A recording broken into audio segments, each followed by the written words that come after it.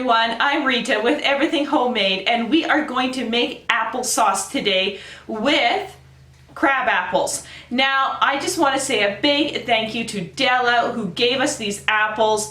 We picked tons on her tree, so come and look what we got. So take a look. There's about probably, let's say 30 gallons or a little bit more. So we got 2 full-size coolers and a box full of them.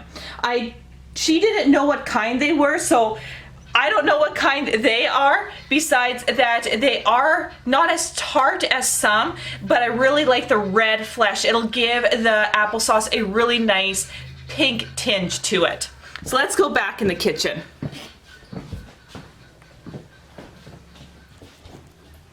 Okay, so what do we do first and how to make applesauce? So what I'm going to do is I'm going to explain some interesting techniques, and then we're going to actually can it.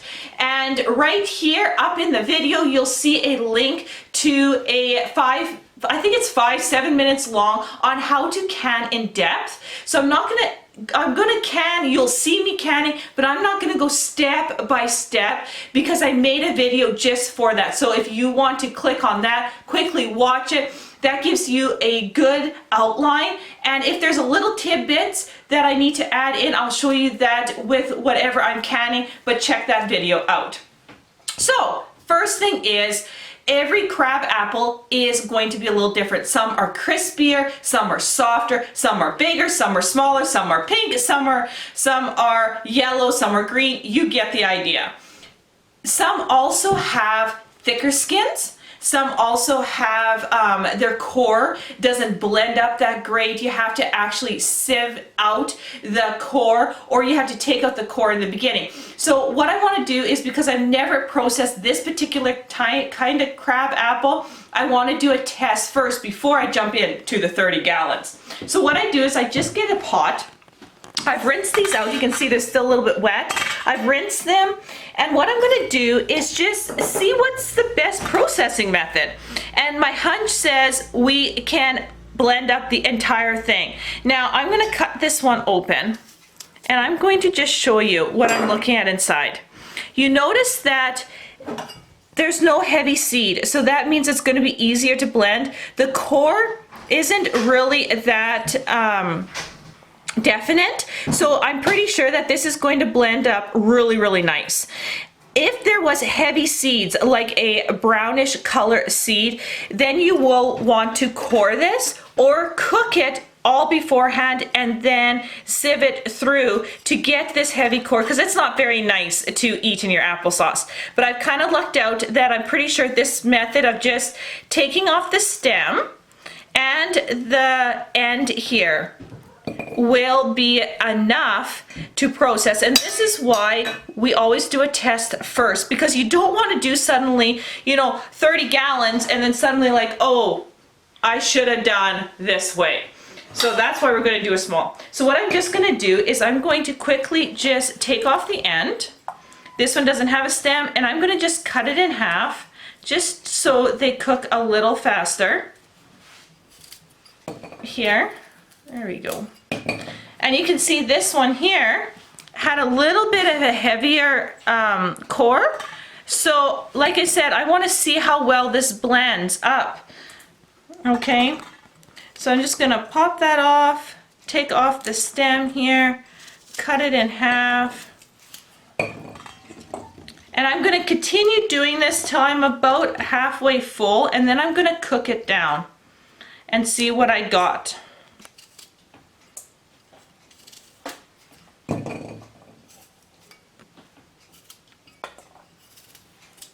This pot is about halfway full, and you notice that we're about half and half. Some of them actually had a heavier seed, while others didn't, like this one here. So like I said, this is a test pot. If this does not work and I'm not satisfied that it is smooth enough to just blend, then we'll probably just take the cheeks off of them, and I'll show you how to do that too. And why not? I'll just show you that right now so you know what I'm talking about. So that means taking a apple, take the stem off, and basically just going around the core, because the core is so small. It's just simply taking, yeah, the little cheeks off the apple, and then we feed this core to the chickens, to the cows, to whoever likes them. It's a little bit more work up in front, but then once it's cooked down, there's no core, there's no seed, it's just smooth, beautiful applesauce. But I like to do this test first to see if it works, because it is easier than doing that way. So let's take it to the stove here, and we are going to add a bit of water to the bottom. So I'm just going to add about a half a cup of water. I'm going to turn it on to medium low heat, because you want these apples to sweat at first. You just don't want to turn it up on high. You want them to sweat so the juices come out, so you don't have to put tons of water at the bottom of your pot, but you also don't want to burn your apples. And this goes, so if you're dealing with like a huge stock pot full of them, you don't want to put tons of water at the bottom. You don't want it liquidy, you want it nice and thick. So what I do is just add enough water to get it going, get those apples sweating, and then they release their own juices, and then you're cooking in their own juices, and that is perfect. So that's what I'm going to do here. So on this pot right here, I'm going to put on the lid, and now we're just going to be a bit patient, let this heat up. And once it gets to a simmer, we're probably going to simmer these between 5 to 8 minutes, and then we're going to throw them in the Blendtec. 8 minutes is up, so let's just check, and the easiest way is just take a fork and you try to stab it. I think they need at least, I'm thinking the bottom here is soft, as you can see, like this one here. Look how soft it is.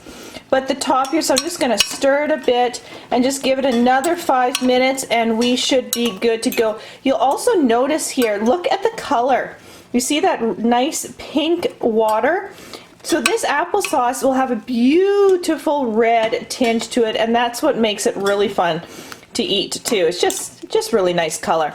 So we are probably about 5 minutes away, because they are tender, but some of these are not tender enough. You want it basically like mush. Like when I mix it here, you see some of it fall apart. That's what you're looking for, and not all of the apples are doing that. So 5 more minutes.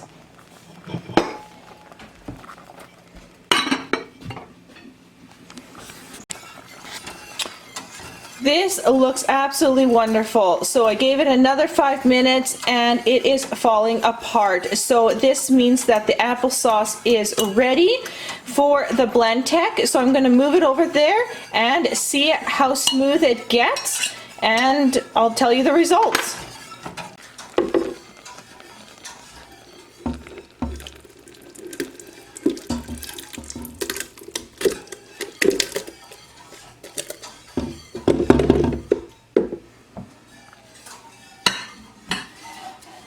Okay, so that worked pretty good one-handed. So as you can see, we put it in the Blendtec and then put the lid on, and you probably want to give it about 15 seconds on low, medium low here. So I'm doing setting 4 on the Blendtec.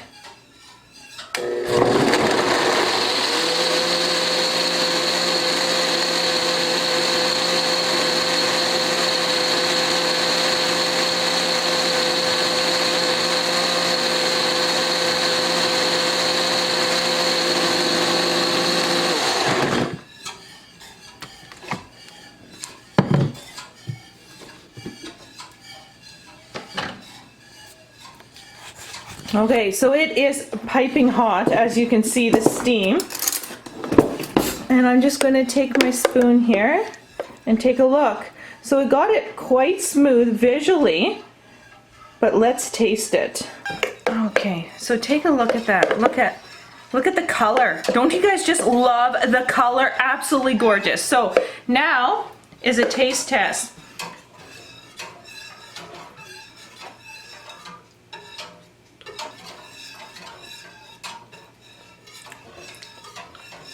So we are going to have to take the cheeks, I can still taste a bit of the core in it. I mean, if you're not too crazy picky, you can get away with it, but I really like my applesauce smooth.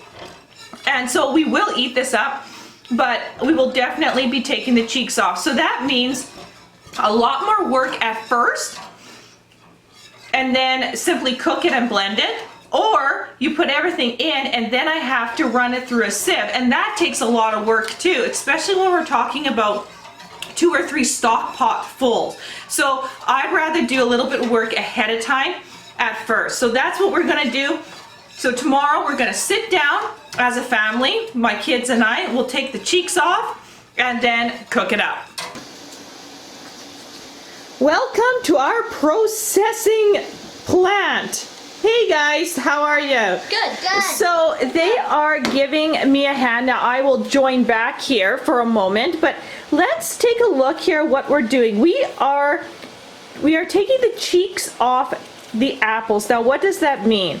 So Ocean, can you just give them a show here? So because these are so small, she's just taking each side off. And that way we aren't left with that core that we don't like. And yes, it is quite a bit of work. It goes fairly quick. And we're basically doing a box a night. We're not actually doing all of it at once because that's really hard on the hands, isn't it? Yes. But every day we're doing a box, which is a half a big stock pot full. And that way I can each set every night, and it also doesn't get so much for me because if I can all day, I am just exhausted. So if I can do a round a day and just keep up, that works better for my busy family. So Annika's 6 here and she's helping out too. She's cutting away. Nova here, she's cheeking the apples. Good job. Now this is making good. Now we had tasted the applesauce, didn't we, Nova? Mm-hmm. And how did it taste? It was delicious. It was, wasn't it? It's almost gone too, isn't it? It was awesome. So, and the color is really fun for the kids too. So we are just going to continue to cheek the apples and all these cores that you see here, they either get fed to the cows or the chickens. I mean, you can even make apple cider vinegar out of them. Nothing goes to waste. We have done it. A whole box full of wonderful apples all cut up, ready to cook down. Now, what we're gonna do is this stock pot here is about this full, and I'm gonna add about 2.5 cups of water. So when I turn on my pot, obviously the bottom then won't burn. So I'm gonna go ahead and turn this to medium-high heat just to get this going. I don't want to go full on to high because then you end up not having the apple sweat and releasing its own juices. The whole thing is when you're making applesauce is to have them release their own juices. Therefore, when you blend it up, it is basically all apples and not watery down. And I want this thick. So I don't want to have to simmer it just to get the water off. I just want to make sure my proportions are right. So judge your stock pot, really. And if you take a look at my stock pot, here I actually have a measuring, so let's just kind of even these out a little at the top. So I am, better about 9 liters, okay, that I have here of apples. And so I added 2.5 cups of liquid to the bottom, just to give you guys an idea of the size of this pot and how much is in here. Now, as this starts to cook down, I'm actually going to put the lid onto it. And I'm going to go over here. Now, this stock pot we did yesterday, and I have canned most of this pot so I was canning while they were cutting and back and forth. So this actually I had cooked down, and then I added some raspberries and so this was apple raspberry. So I simply will do the exact same thing. I'll show you how to make the sauce, and all I did was basically blended up raspberries just to give it a little different flavor. And what I'm going to do is, this wasn't enough to do another round of canning. I'm actually going to add this into this pot here when it's all done, just to give it a little bit of punch. That's all it is. And so as you can see here, then here are 7 jars of raspberry applesauce. So this was more of a sauce, more of a liquidy or sauce, while the applesauce that I am making in this round will be more your traditional. So I'll show you that at first before I add in this batch here. And as I go, I mean, I've probably got another 4 batches of canning to do. It's going to be all apples. So we play with it. The other thing to note is that when you are dealing with apples, apples make an awesome base. So when I do like a jam like this or a sauce, I a lot of times will add apple to bulk. So you can do apple strawberry, you can do apple raspberry, you can do apple Saskatoon, apple blueberry, apple mango, and mix it up, because apples really take the flavor of a stronger fruit. So that's something to know, especially if you want to bulk things up and make more of it or stretch it, like I have to do a lot with our family. So apples become my main base. We are about 5 minutes later, and you can hear the water at the bottom boil. Just listen carefully. You hear that? And you can also see the apples start sweating. It's a very, very good thing. So, like I said, we'll continue here and just keep it at the same temperature and keep them sweating, and you'll start seeing it within the next 5 to 10 minutes a total transformation. 10 minutes later, let's see what this looks like. So again, the apples are sweating, but what we need to look at is the bottom of the pot here. Look how much water is coming out of those apples. Quite significant. So I would say I probably about doubled my water. So there's probably about 5 cups of water here, so that's looking really, really good. And again, we just keep it on the same heat as before, and it's going to continue to simmer. And let's take a sneak peek, because I am sure you guys hear Meadow in the background. Hi, Meadow. 20 minutes later, let's do another check, and I'm just going step by step here so you know what looks normal. Look at the steam. It's got a really good simmer, and it has basically decreased in size by about half. Take a look. It doesn't take me much, and look at all the nice apple juice or liquid that has come out.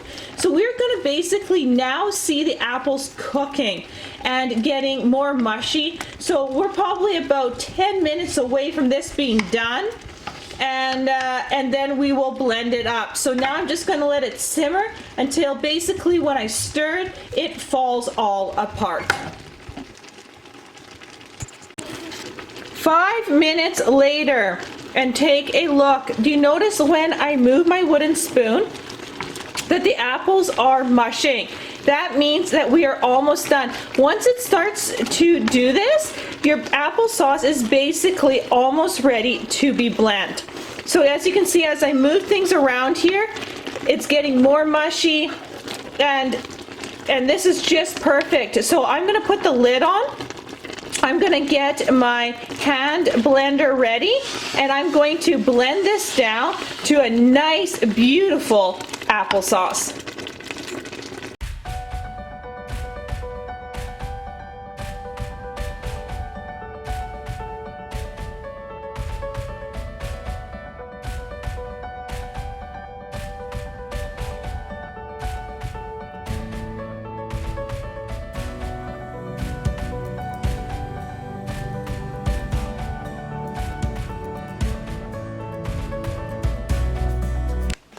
So we're all blended up, and take a look at the consistency. Perfect. So don't be scared about all the liquid. Once it's blended and all mixed, it is the perfect consistency for applesauce. So now we are ready to can. So as you can see here, these are the raspberry crab that I already have canned. I've taken off the screw lids here because, like in the video on how I teach you how to can, you don't need to store that, and I go in depth in that video. And I've got them labeled here, so these here are ready to go. So my new jars that I'm gonna can, I'm gonna put right here. So as you can see, I got everything going. I just want to note here that I go in detail in how to can video, and I'm gonna repost it right here again.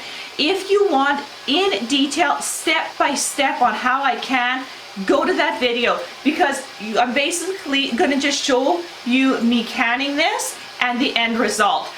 Otherwise, it just gets so repetitive. Every video I do the exact same thing. So otherwise, canning applesauce is the exact same way that I canned the other sauce before. So let's get started.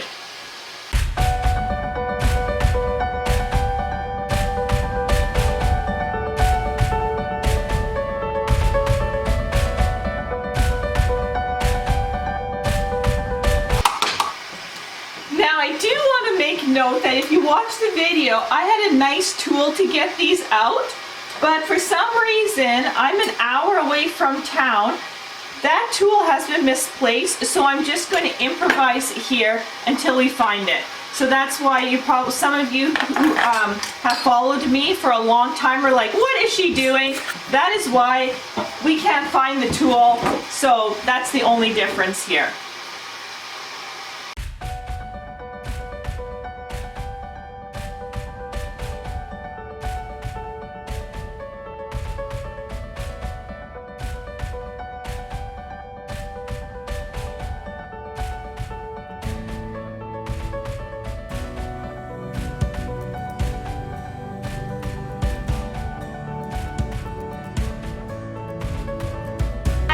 The cans can here in the canner, I'm going to say thank you so much for watching, and I'll see you on the next video. I'll show you the end result right away.